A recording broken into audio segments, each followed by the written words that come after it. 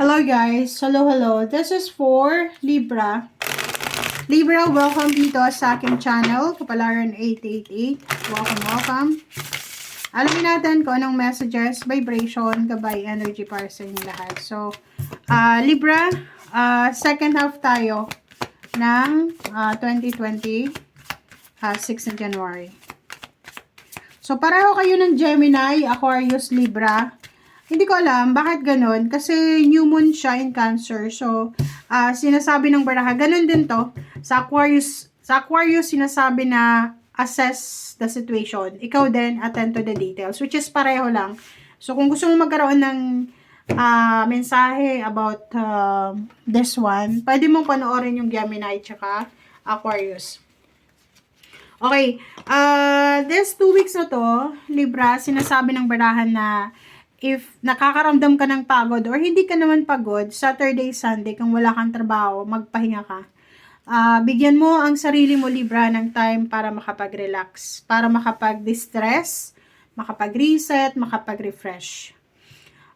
Next card natin is last quarter moon in Virgo. Attend to the details. So, dito sinasabi na kailangan mong i-verify yung detalye. Kailangan mong ayusin yung lahat ng, like for example, dokumento, papeles. Huwag kang pipirma agad-agad. Decision making about sa money and then the relationship. Huwag agad-agad magde-desisyon kung hindi kayo sigurado.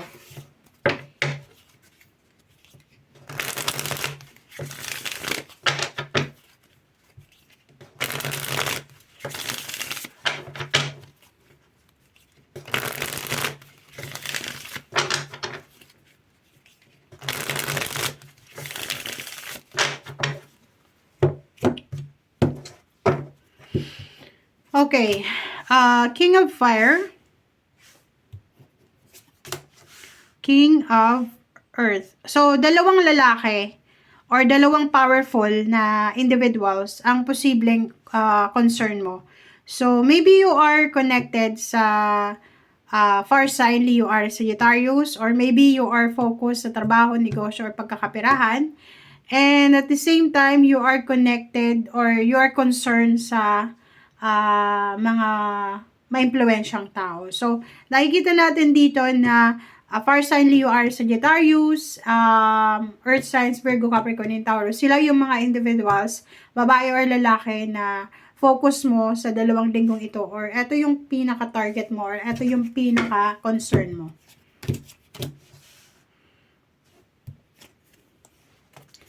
Alright, so 8 of Fire and 7 of Fire. So, this is fire sign energy. Sinasabi ng baraha sa'yo na Libra,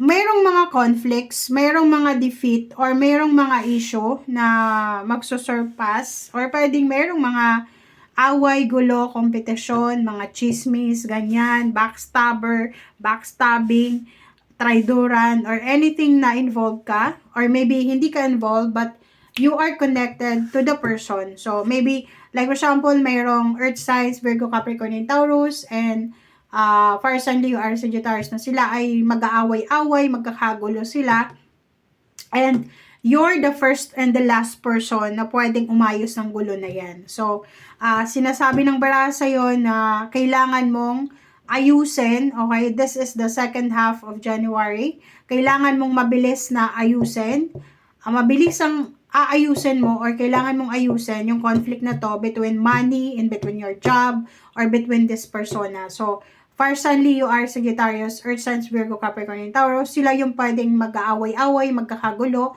or maybe your job and your money, your finances, source of income, sila ay medyo conflicting ang sitwasyon sa 2 linggo nito. Alright, so release. Diba? So, ang sinasabi ng baraha sa'yo dito na kailangan mo daw na i-withdraw yung sarili mo. Alisin ang sarili mo. Like for example, may nag-aaway-away. Mag-asawa sila na nag-aaway-away. Kapatid mo, kaibigan, huwag kang makikialam. You just need to let go. Hayaan mo silang mag-away-away kasi hindi mo naman yan problema. Six of Water, sinasabi ng baraha sa'yo dito na merong mga past relationships ka, it's either past friends or past relationship, acquaintances, na posibleng magkikita-kita kayo sa 2 linggong ito, or posibleng may mga past financial problems na posibleng bumalik na naman yung issue sa ngayon. So, yun yung pwedeng maging dahilan ng mga problema or pag-aaway. So, dito sa barahang to, sinasabi na parang as a Libra, okay? Ikaw kasi Libra, balanse ka. So, ikaw yung timbangan eh. So, bilang ikaw ay isang timbangan, sinasabi ng baraha sa'yo ng King of Air and the Hermit card na kailangan mong pumagitna ka. So, kung may nag-aaway-aaway, magkakapatid, magkakaibigan, magkakatrabaho, wag kang sasali, nakakampi ka sa isa. Kailangan mong pakinggan yung both parties, and kailangan mong yun, attend to the details. Wag one-sided. Kasi ikaw yung balanse, ikaw yung magbabalanse ng sitwasyon. Hanapan mo ng solusyon ang bawat problema. Hanapin mo yung tamang answers, solusyon, kasagutan sa problema. And yung sa ilalim mo dito is Page of Air. So, analyze the situation.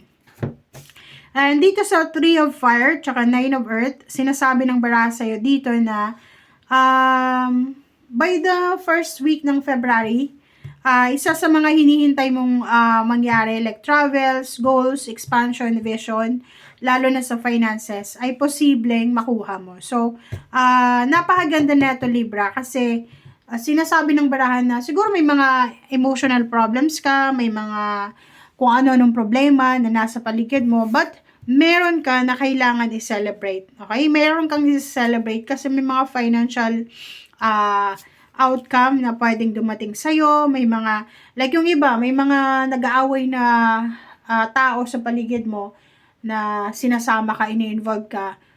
Huwag kang makisali. And yung iba sa inyo dyan, kung medyo ma-pride kayo, isipin mo na unless na hindi direkta na ikaw yung kasali, huwag kang sasali. And sa relationship, sinasabi ng barahan na kailangan mong maging matalino sa pakikipag-deal sa mga tao sa paligid mo. Kasi pwedeng mabilis ka nilang i-manipulate, mabilis na magpa-victim effect yung mga tao sa paligid mo. And especially Libra, if may isang tao na parang kino-confront ka na umiiyak siya, huwag kang maniniwala kasi facts yan, feeling biktima yan. So, maging matalino ka. Okay? And yun na nga sabi sa'yo dito, attend to the details and analyze. So, yun, i-analyze mo yung sitwasyon. Huwag maniniwala agad-agad. Thank you guys. Bye!